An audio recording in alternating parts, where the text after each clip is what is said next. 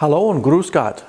One of our viewers asked that I make a comparison between the reissue V-4B amplifier and the Peavey VB-2. So that's what I'm going to do on this video. I'm going to do it a little differently than I've done some of my other reviews.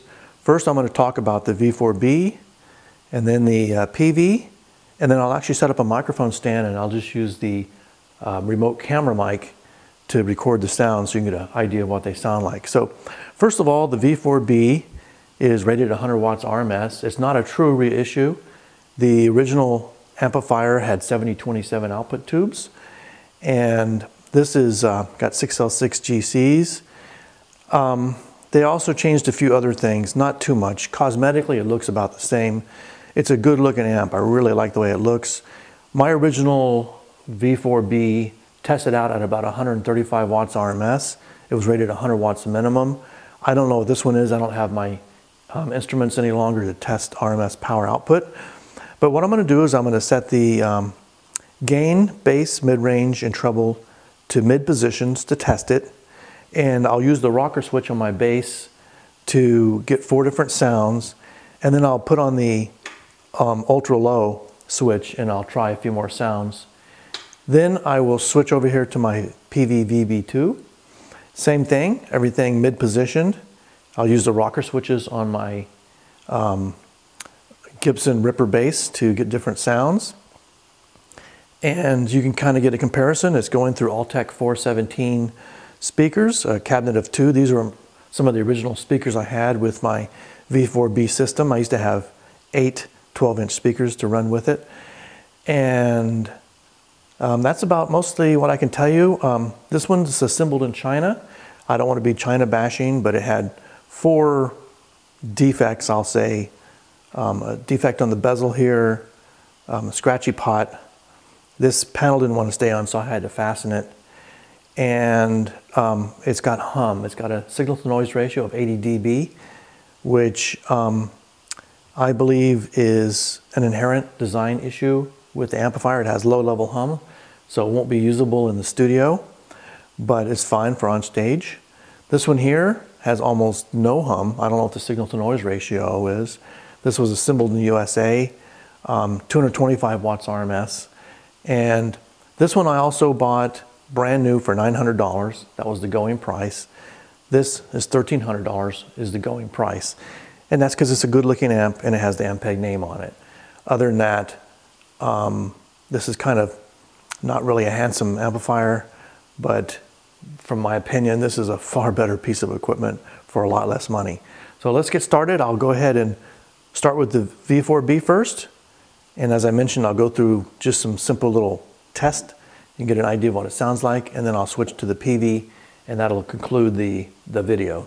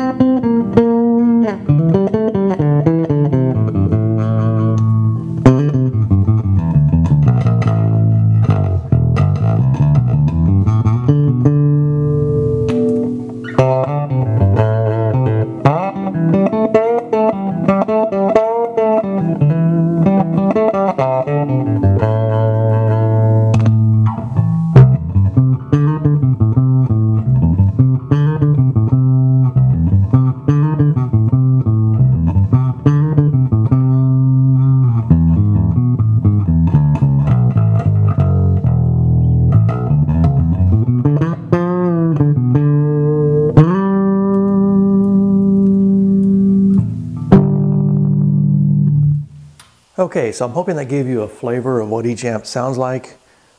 Bass amps pretty much sound very similar, of course.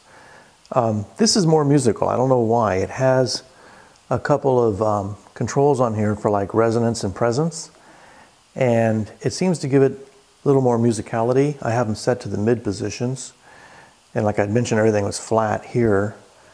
This is sort of a more dry sounding amp, and again, like I mentioned, this has a low-level hum that's inherent in the design.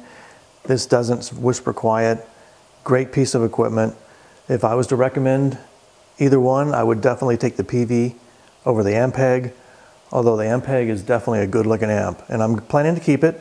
I've always wanted another V-4B since I got rid of my last one, so I'm going to keep it just for nostalgic reasons, but this is the one I would use if I go out and play anywhere. So hopefully that's helpful for you, and all I can say now is thanks for watching and tschüss.